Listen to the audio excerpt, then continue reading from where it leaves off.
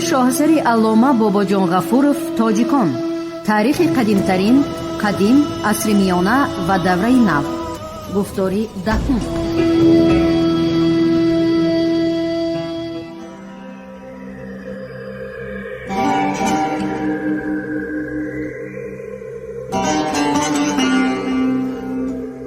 اثری تاجیکان شعله‌ای بود که به صحیفه‌های تاریک و فراموش گشته تاریخ ملت تاجیک روشنی انداخته پدیده‌های خودشناسی و افتخار ملی را تکمیل داد.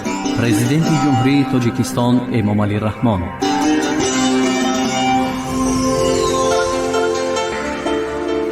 آسیای میانه در حیات دولتی هخامنشی‌ها.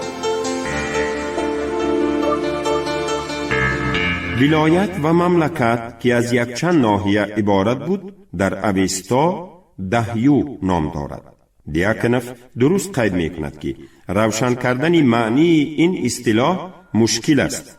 اکثرا در قسمت‌های قدیمترین اوستا دهیو به معنی همان گونه دولتچه‌هایی بود که طبق منبع‌های آشوری در میدیا وجود داشتند، یعنی اتحادیه های منطقوی بودند که نه همچون دولت بلکه همچون تشکیلات های بزرگ قبیلوی عمل می کردند.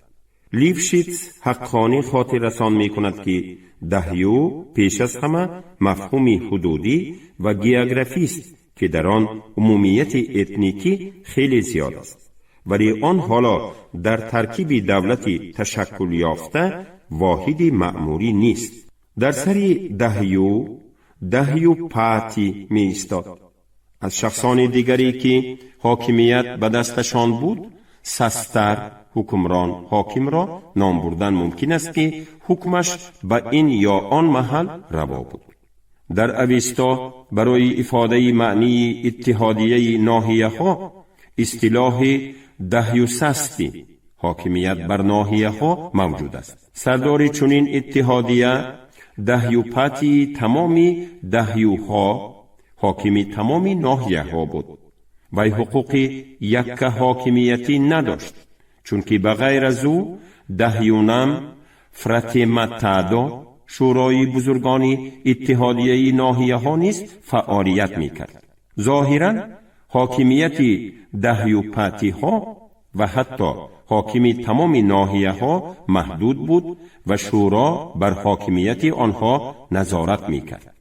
تحلیل گاتها از جهت اجتماعی سیاسی در این بابت کارهای ابایف و دیاکنف مهمند نشان می دهد که آنها انعکاس کننده حالت و اوضاع جمعیتی می باشند که در آستانه و یا در آغاز آفرینش دولت است.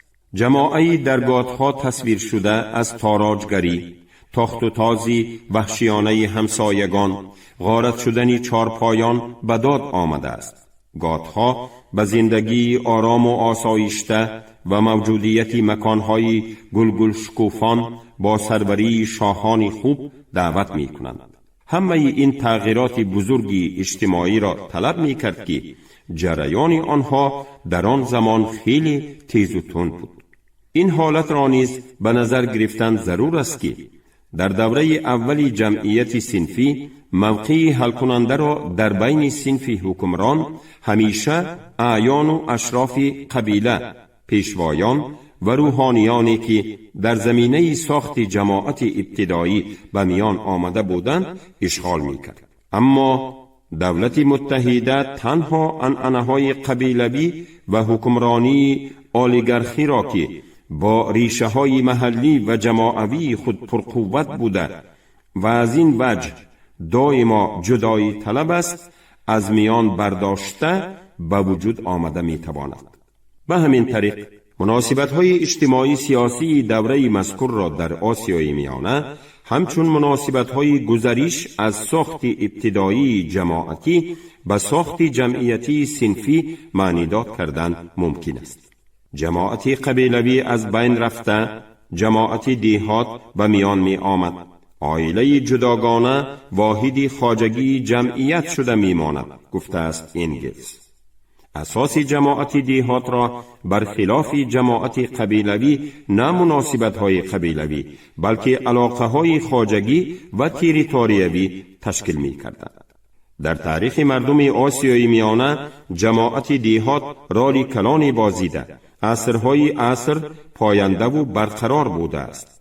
استبداد شرقی و حکمرانی اصطلاحگران بادیه نشینی که جای یکدیگر را می گرفتند در دوام هزارها سال با این جماعت‌های قدیمی یگان کاری کرده نتوانستند.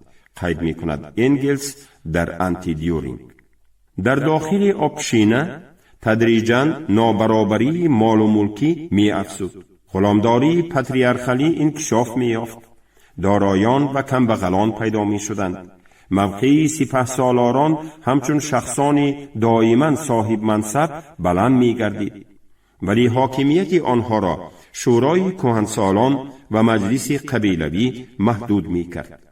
ضرورت اتحادیه قبیله ها به میان می آمد. چنانکه انگلز قید می کند لشکرکشی های غارتگرانه موقع سپهسالاران و پیشوایان را باز هم بلند می نمود. جنگ با مقصد غارتگری کسب و کاری دائمی می گردد. سپهسالار عالی و دستیاران وی اعیان و اشرافی میراثی شده می ماندند. دموکراتیای طبیعی ساخت ابتدایی به اریستوکراتیای نفرت آور مبدل می گردید. مطابق شرایط مختلف استحصالات در منطقه های صحرایی و وادی ها در آغاز هزاره یکی پیش از میلاد دو نمود خواجگی، کوچمنچگی، چارواداری در صحرا و مقیم نشینی زمینداری در واحه و وادی های سیراب تشکیل گردیدند. به همین طریق از دوره های قدیم ترین در آسیای میانه حالت برقرار گردیده بود که درباره آن مارکس نوشته است. در همه قبیله های شرق از سرآغاز تاریخ در بین مقیمی بودن یک قسم آنها قبیله ها باباجان غفورف و کوچمنچگی دوام کرده ایستاده قسم دیگر تناسب عمومی را دیدن ممکن است.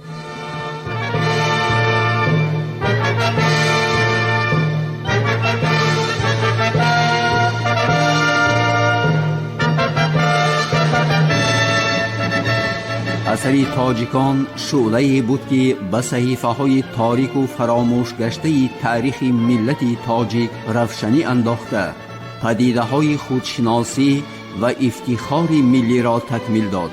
پرزیدنت جمهوری تاجیکستان امامعلی رحمان.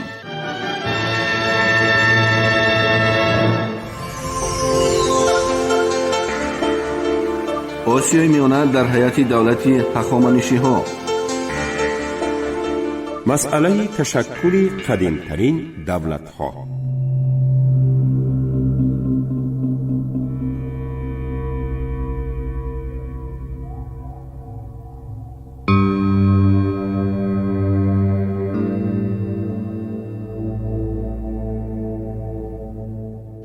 تحلیل وضع اجتماعی و اقتصادی آسیای میانه نشان می‌دهد که مملکت در مرحله گذریش به جمعیت صنفی بود.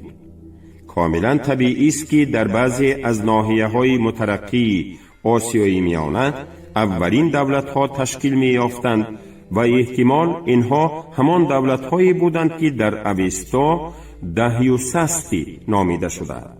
در سرچشمه‌های تاریخی آید به این دولت‌های نخستین معلومات خیلی کم و در بسیار موردها نادرستی را دچار می نماییم. یکی از این دولت‌ها خوارزمی بزرگ بود. گیرادوت اطلاع می دهد در آسیا دشتی موجود است که اطرافش را سلسله کوه‌ها اشغال کردند. در این قطار کوه‌ها 5 دره موجود است.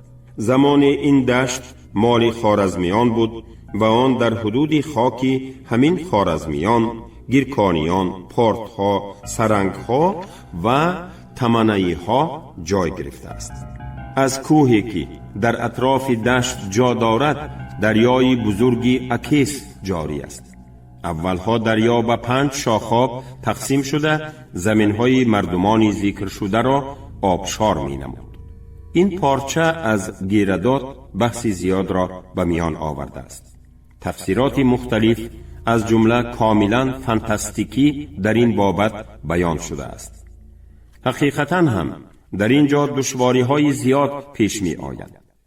در نتیجه برتولت برین شخصی که بهترین داننده گیوگرافیایی تاریخ آسیای میانه است، از تحلیل کنکریتی این اطلاعات دست کشیده است. اکثریت عالمان به این اطلاعات طوری دیگر نظر می کنند. اولا دریای اکیس را که گیردات از آن خبر می دهد، قریب تمام محققان همان دریای تیجین می شمارند. به عقیده ما تلستاف که برخلاف شهادتی به واسطه و بی واسطه منبعها کوشش دارد دریای اکیس را در موضع خوارزم حاضره جای بدهد، ناحق است.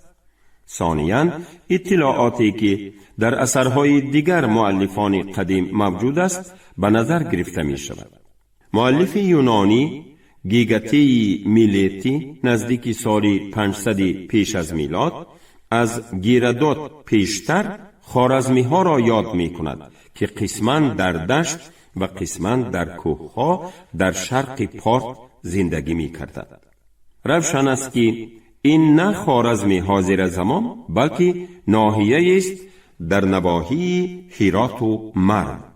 همه این را به نظر گرفته مارکوارت دریای اکیس را نه تنها با هریرودی حاضره تیجین عینیت داده است که به این وسیله اطلاعات گیردات واقعی به نظر می رسد، بلکه آن را با روایت های ایرانی قدیم آید به افراسیاب که یک چند دریاها را به کوه هلمند گذرانیده است مقایسه می نماید.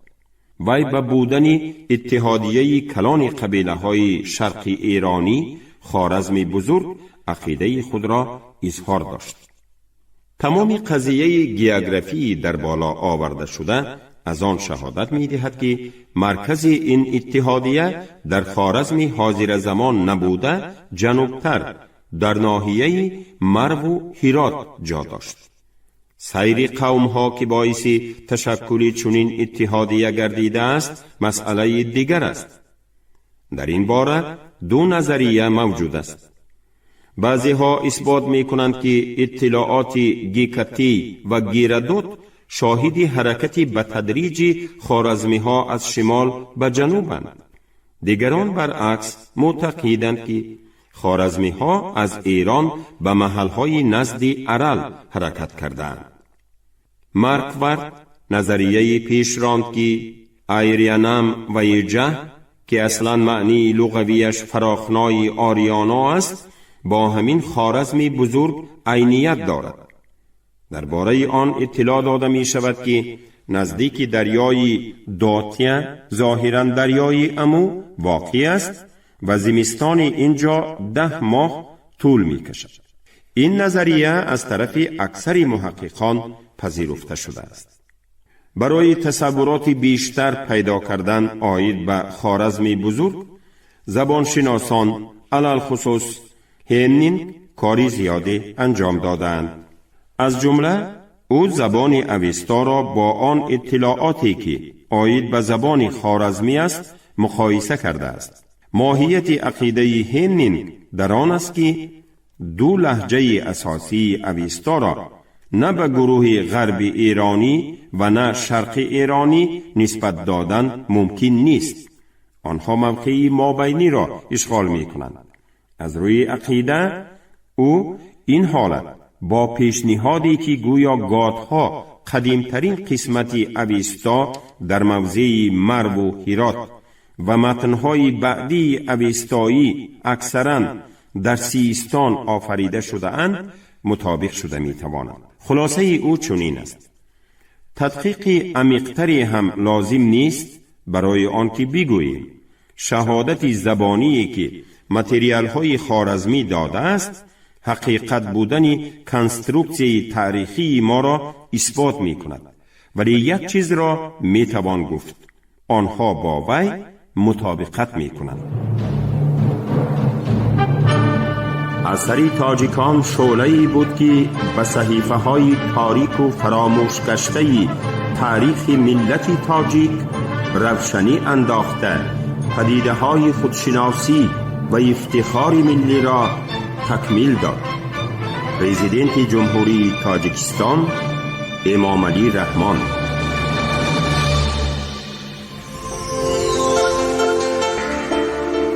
آسیای میانه در حیات دولتی هخامنشی ها.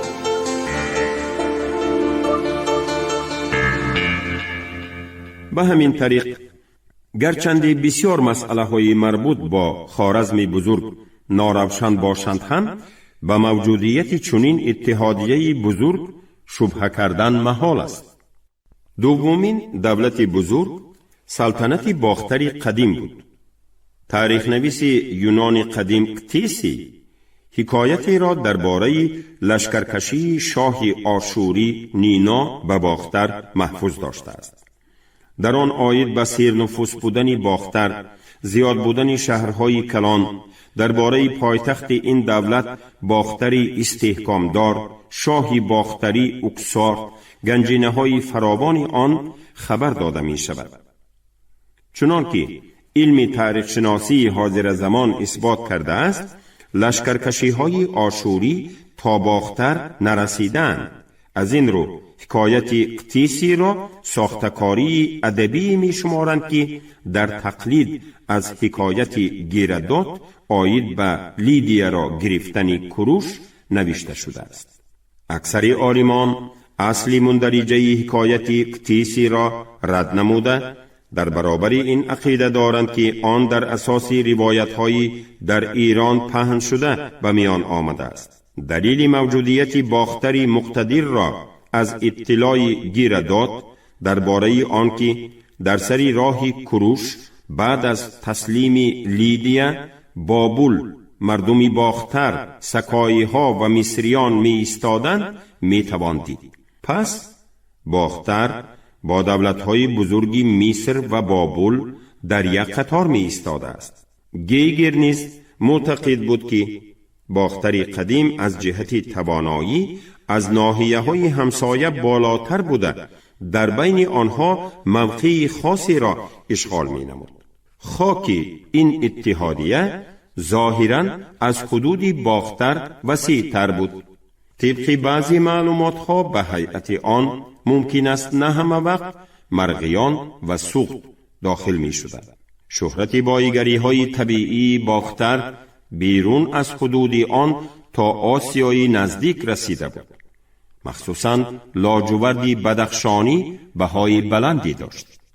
در منطقه های زمینداری آسیای میانه بغیر از خوارزمی ها، انقترش خوارسمی ها و باختری ها که در بالا اشاره کردیم، سغدیان، فرغانیان، مرغیان، پارت ها میزیستند.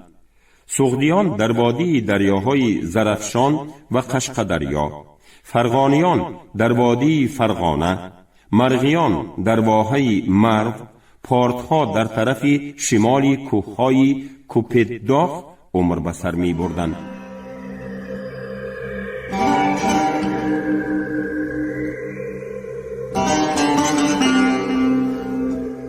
اثری تاجیکان شعله‌ای بود که به صحیفه های تاریک و فراموش گشته تاریخ ملت تاجیک روشنی انداخته، پدیده های خودشناسی و افتخار ملی را تکمیل داد.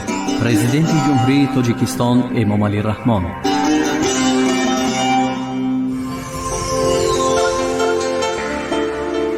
آسیای میانه در حیات دولتی هخامنشی ها. در وادی و کوه ها قبیله های بادیه‌گردی سکایی قرار گرفته بودند. سکایی ها به دو کنفدراسیون جدا می شدند. سکایی های هومورگه، سکایی های ستاینده هومه یا امیورگ ها، گروه جنوبی شرقی قبیله های سکایی که تاریخاً با باختر و هند ارتباط داشتند، و سکایی های تیگر خود، سکایی های کلاه پوش و یا آرتا کریبنتی ها، مسگید ها، گروه شمالی شرقی که با خوارزم مربوط بودند.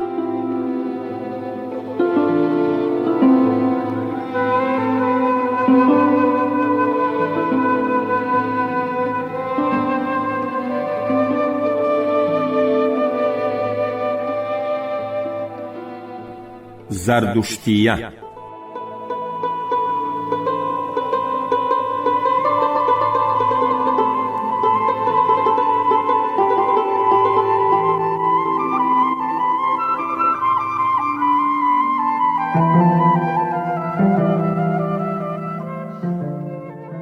در بالا اشاره کردیم که اوستا مجموعی عناصری اجناسی مختلف و در زمان گوناگون به وجود آمده است. کی هاست که محققان دایر به تجزیه این عناصر و معین نمودن جنبه های قدیمترین دین ایرانیان کار میبرند. مخصوصا در 12 ساله آخر این کارها خیلی پیش رفتند. گرشیویچ به جای یک نام عمومی زردشتیه 3 نام را پیشنهاد می کند. زرتشتریانیزم، دین زمان خود زردشت، همان طوری که آن در گاتها انعکاس یافته است. زرتشتریتسیزم، دینی که در متنهای نسبتاً به دینه اوستایی منعکس گردیده است. زورواستریانیزم، آیین زمان ساسانی. در بین قبیله های ایرانی در حدود هزاره های 2 پیش از میلاد آیین و مذهب های جداگانه موجود بودند که بعدتر آنها به زردشتیه در شکل کاملا انکشاف یافته خود داخل گردیدند. اکثر آنها به دوره عمومیت هندو ایرانی و بعضاً به عمومیت هندو اروپایی می رسیدند. مخصوصاً ستایش میتره را باید نام بود. خدایانی که ایرانیان می پرستیدند اهورا نام داشتند. تدریجاً تصورات درباره خدای یگانه اهورا پیدا شد که او را مزدا، دانا می نامیدند. گرچنده بعضی عالمان شبهه دارند، عقیده آنها در کتاب ما تاریخ خلق تاجیک آورده شده است. دلیل شخصیت حقیقی تاریخی بودن زردشت را اثبات شده شمردن ممکن است. او مرتب گاتها است و در آنها شخصیت او همچون تبلیغاتچی، آدمی زنده و مبارز به طور روشن عیان می گردد.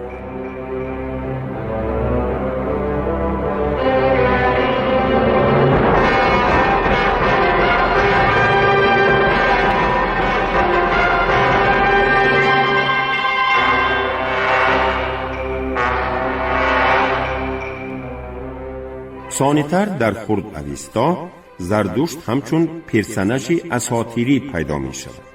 نام زردشت شکل اروپاییش زارآستر با احتمال کلی معنی شتربان را دارد. او از دودمانی سپیتام است. از همین جاست اسم سغدی سپیتامانا که در یونانی سپیتامین شده است. پدرش پاروشاسپا و مادرش رغداوا نام داشتند. زردشت به طبقه موبدان منسوب بود و شخصی کم بضاعت بود. شکوه هایش محفوظ مانده است که چاروا و تابعانی کم دارد. به او 10 بیتل با تایچه هایش و شتوری همچون تحفه وعده شده است. زردشت زن و فرزند داشت. زردشت در گاتها می گوید که وحی دین خلق را از اهورامزدا نائل گردیده است. به همین مانند در قرآن نیز از گفتگوزار و صحبت‌های محمد با خدا و الهام گرفتنش سخن می‌رود. در آغاز تبلیغات دینی خود زردشت به موفقیت صاحب نشد و مجبور به فرار گردیده در آخر در شخصی کبی شاهزاده شاه ویشتاس حمایتگری پیدا کرد که خودش و نزدیکانش دین زردشت را قبول کردند. در گاتها بغیر از این چندین شخصان نزدیکان و خویشان زردشت نامبر می شوند. تبلیغات زردشت به مقابل پیشوایان قبیلوی و یا اشرافان و موبدان دین پیشین که قربانی های زیاد خونین را ترغیب می کردند روانه کرده شده بود. به طور عادلانه و خالصانه شکل‌های پیشقدم خواجگیداری را ترغیب نموده به مقابلت کردن به زد و خوردهای جنگی و غارتگرانه که یگانه مقصدشان به تاراج بردن چارپایان بود دعوت نموده. زردشت طرفدار مقیم نشینی و برقرار نمودن حاکمیت پرزور و زندگی آسایشته در روی زمین بود. ستایش ایزیدان قدیمه را رد نموده، زردشت ستاینده خدای یگانه اهورامزدا گردید. از بین خصوصیت‌های اساسی زردشتیه که به دوره‌های مختلف انکشاف آن خاص بودند، اینها را جدا کردن ممکن است.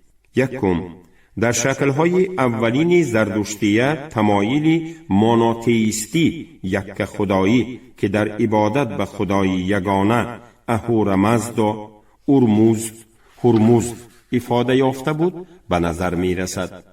دویم، دوئیتی که اکثراً آن را به اخلاق و آداب نسبت می دهند و آن از مقابل گذاری دو مبدأ دائمی مجرد نیکی و بدی و یا راست و دروغ ترکیب یافته بود.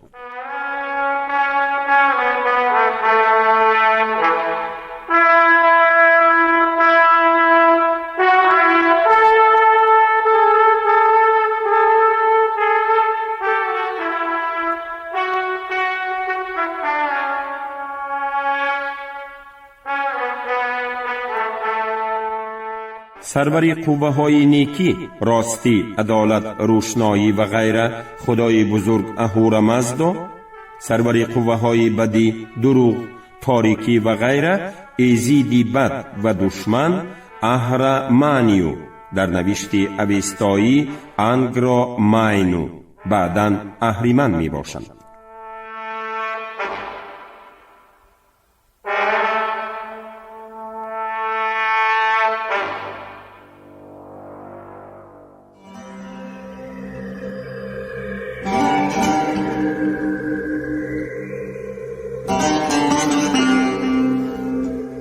اثری تاجیکان شعله‌ای بود که به صحیفه‌های تاریک و فراموش گشته تاریخ ملت تاجیک روشنی انداخته پدیده‌های خودشناسی و افتخار ملی را تکمیل داد. پرزیدنت جمهوری تاجیکستان امام علی رحمان.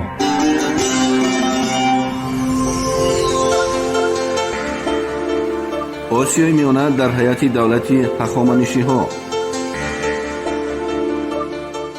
شما گفتاری دهم را از کتاب علامه باباجان غفورов تاجیکان در قرائت عبدالرشید خوجمقولov شنیدید. کارگردان شیرعلی نغزلی.